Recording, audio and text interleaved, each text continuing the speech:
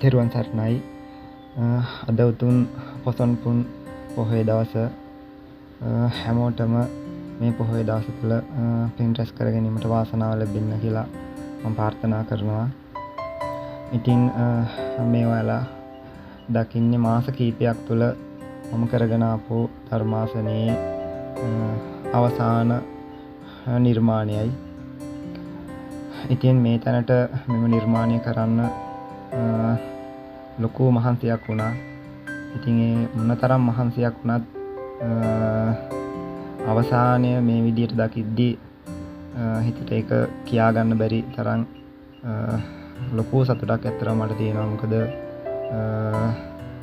ධර්මාසනයක් නිර්මාණය කරන්න කියන්නෙම තුල තියෙන්නේ ඒ තැන ඉඳලම ඇත්තේ ලොකු විනක් රැස් වෙන දෙයක්. ඉතින් මේ ධර්මාසනය තුල ධර්ම දේශනා කරන වාරයක් ගානේ මගේ ජීවිතේට පින් රැස් වෙනවා. ඉතින් ඒ ගැන හිතන එක තුලත් තියෙන සතුටක්.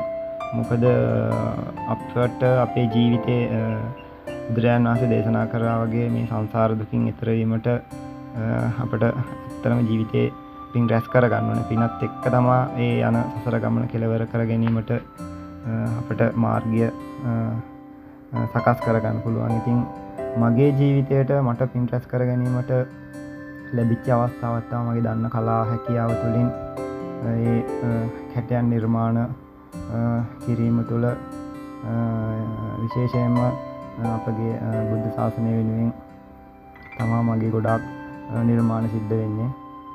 ඉතින් එහෙම කරන කලා කටයුතුත් එක්ක තමයි ඉතින් මගේ ජීවිතයට ගොඩාක් පින් රැස් වෙන්නේ. ඉතින් හරි සතුටුයි. ඉතින් පෙර පිනක් තියෙන්නේ නැති මෙවැනි කලා හැකියාවක් මට පිහිටලා මෙවැනි පින් රැස් කර ගැනීමට අවස්ථාවක් ලැබෙන්න.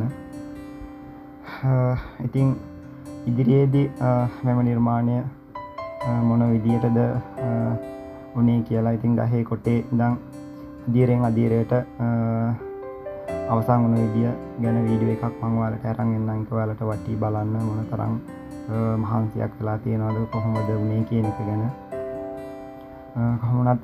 කොහොම වුණත් පොඩි කැටයන් නිර්මාණ තමයි මගේ ගෙදර තුළ ඉතින් මම කරගෙන ගියේ. මෙවැනි ලොකු නිර්මාණයක් කරපු මුල්ම අවස්ථාව. ඉතින් ඒ තුලත් සතුටක් තියෙනවා.